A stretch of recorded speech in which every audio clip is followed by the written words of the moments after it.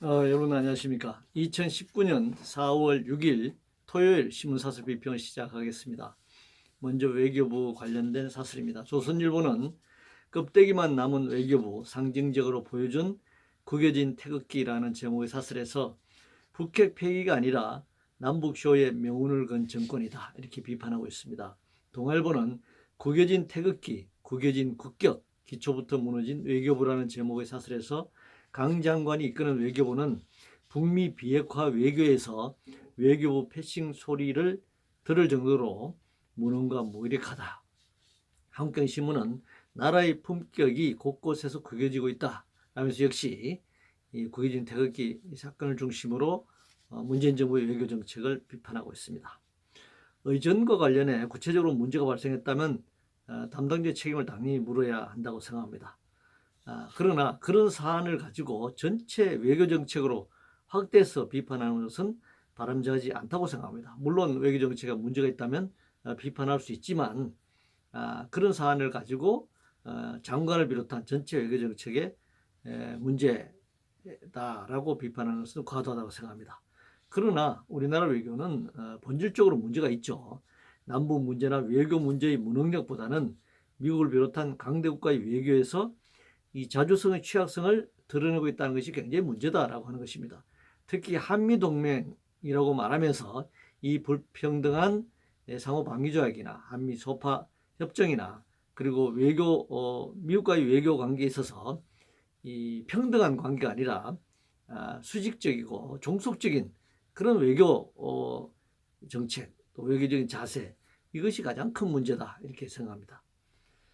민주총에 대한 공격이 굉장히 심하게 지금 사설로 표현되고 있습니다. 조선일보는 민노총 이젠 경찰서 안에서도 폭행한다라는 제목의 사설에서 민노총 위원장이 경찰 조사받고 풀려나자 그에게 질문을 한 기자에게 조합원 여럿이 에워싸고 밀쳐 넘어뜨린 뒤 죽여버린다고 위협했다라는 것입니다. 중앙일보는 대화 않고 불법 일삼는 민노총 방관하는 정권이라는 제목의 사설에서 김명한 민노총 위원장 등 25명이 현행범으로 체포됐지만 증거인멸과 도주 우려가 적다는 이유로 이날 밤 모두 석방했다라면서 비판하고 있습니다.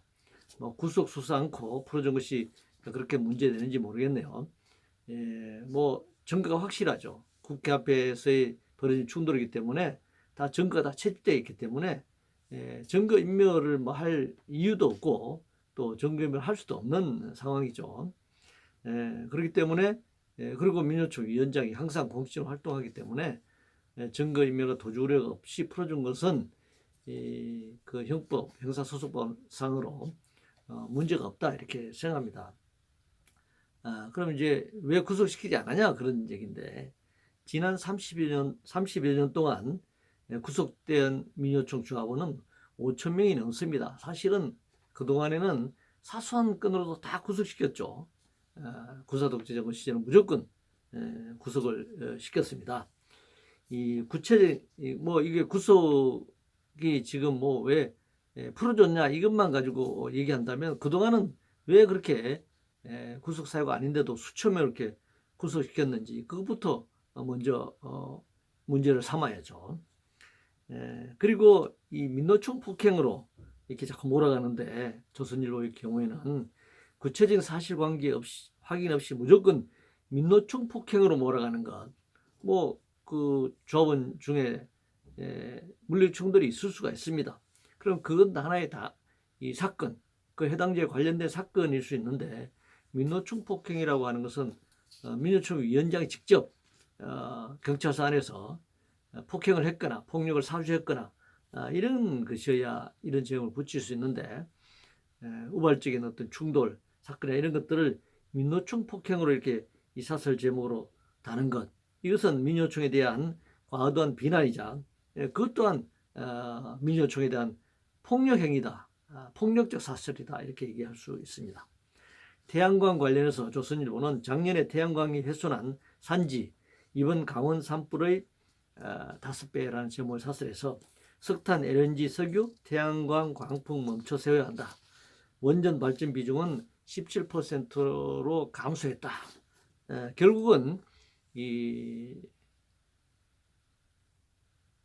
원전을 계속 가동해야 한다. 확대시켜야 한다. 그런 주장을 지금 하고 있는 겁니다. 산지를 훼손하는 대규모 태양광은 당연히 문제일 수 있습니다. 그러나 태양광 자체를 반대해서는 안 되는 것이죠. 앞으로 이 화석연료는 다 고갈될 수밖에 없고 땅 속에 있는 석탄의 석유나 이것을 다 퍼올려서 판에서 이걸 연료로 사용하는 것은 한계에 다다를 수밖에 없습니다. 그래서 태양이라고 하는 이 무한정 에너지, 엄청난 양의 에너지를 우리 인간이 유효적절하게 전환해서 사용할 수 있도록 하는 것은 굉장히 친환경적일 뿐만 아니라 가장 그 비용이 적게 들 수 있는 그런 연료라고 생각합니다. 그래서 이 태양광을 어떻게 이런 산지를 훼손시키는 이런 방식이 아니라 친환경을 개발할 것인가 그런 것에 초점을 맞추면 된다 이렇게 생각합니다. 공영방송 관련해서 중앙일보는 산불 재난에 뒷북 특보 공영방송 맞나? 라는 제목의 사설에서 4,000명 긴급 대피령 와중에도 재난주간방송 KBS는 늑장 특보를 내보냈고 청와대와 정부 재난 대응도 미흡했다 이렇게 비판하고 있습니다. 이 공영방송 특히 재난주간방송인 이 KBS가 재난방송을 제대로 내보내지 않았다. 그리고 시간도 굉장히 그 긴급한 상황이 지난 상황에서 내보냈다면 당연히 책임을 물어야 하는 것입니다.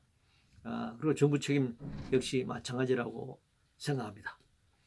산불 관련해서 동아일보는 식목일 덮친 화마 신속한 수습과 복구로 아픔 들어주자. 매일신문은 국가재난으로 번진 산불 예방 대응책의 근본적 재검토를 해야 한다는 제목의 사설에서 침엽수는 나뭇잎에 수분이 적어 불에 쉽게 타고 화력수에 비해 경제적 가치와 토양을 비옥하게 만드는 데 효과가 떨어진다라는 이런 부분도 지적하고 있습니다. 법적 제도 준비와 함께 지금보다 더 많은 예산이 반영돼야 합니다. 사실은요. 또 수종 계량 역시 또 많은 시간과 그런 과정이 필요할 테고요. 이 자원의 문제, 식량의 문제, 고용의 문제, 지역개발 등 그동안 산림정책, 임업정책에 대한 전면적 개편도 이번 기회에 필요하다 이렇게 생각합니다. 신문 관련해서 동아일보는 신문은 공공문화 콘텐츠, 구독료도 소득공제 검토해야 한다라는 제목의 사설에서 소셜 네트워크 서비스 포털 가짜 뉴스와 허위 정보가 판을 치고 있다. 그런데 정론으로서의 신문 저널리즘의 역할이 더 귀중하다 이렇게 생각합니다. 그렇게 주장하고 있습니다. 매일경제 신문은 제63회 신문의 날에 다시 생각하는 언론 자유라는 제목의 사설에서 미국 3대 대통령 토머스 제퍼슨이 신문 없는 정부와 정부 없는 신문 중에 하나를 선택해야 한다면 주저없이 후자를 선택할 것이다 라고 이제 예를 들고 있습니다.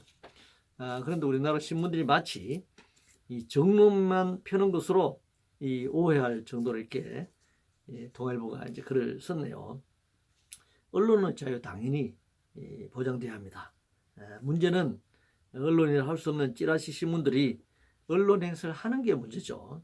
SNS에 이 가짜 뉴스, 허위 정보만 문제 삼을 것이 아니라 과연 오늘날 이 서구보수 자본 신문들이 과연 스스로 신문으로서의 그 정론지라고 할 수 있는지 스스로 되돌아보는 것이 필요하다 이렇게 생각합니다.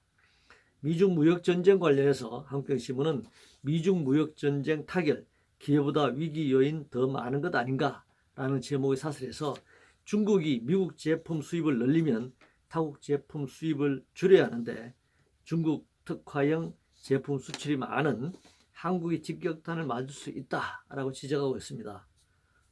기회가 오면 그 기회를 살리라고 말하고 또 위기가 오면 위기를 기회로 삼으라고 우리가 일반적으로 말하고 있습니다. 위기가 많든 적든 미중 그 무역전쟁이 타결되면서 그것이 우리에게 한국의 위기가 되든 더 많은 위기로 오든 아니면 기회로 오든 상황을 우리가 우리가 스스로 헤쳐나가야 될 수밖에 없습니다.